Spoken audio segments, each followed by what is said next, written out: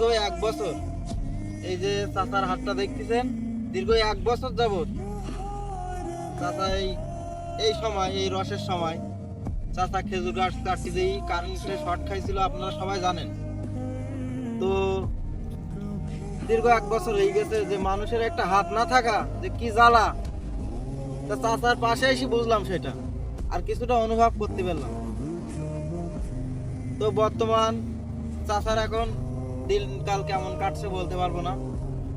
তবে চাচা, আপনি তো এখন এই হাত নিয়ে কোনো কাজ কাম করতে পারেন না। আমি পারিনি, ওই জায়গায় যে 3টি ছাগল আছে, 3টি ছাগল গরু আছে, তাই দেখাশুনো করি।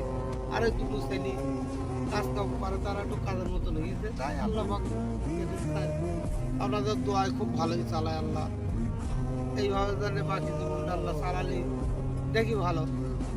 এইভাবে আল্লাহ আমার দোয়ায় আল্লাহ খুব সুখী দেখেছি আমরা। তো আপনারা আমার চাচার জন্য বেশি বেশি করে দোয়া করবেন, আমার জন্যও করবেন।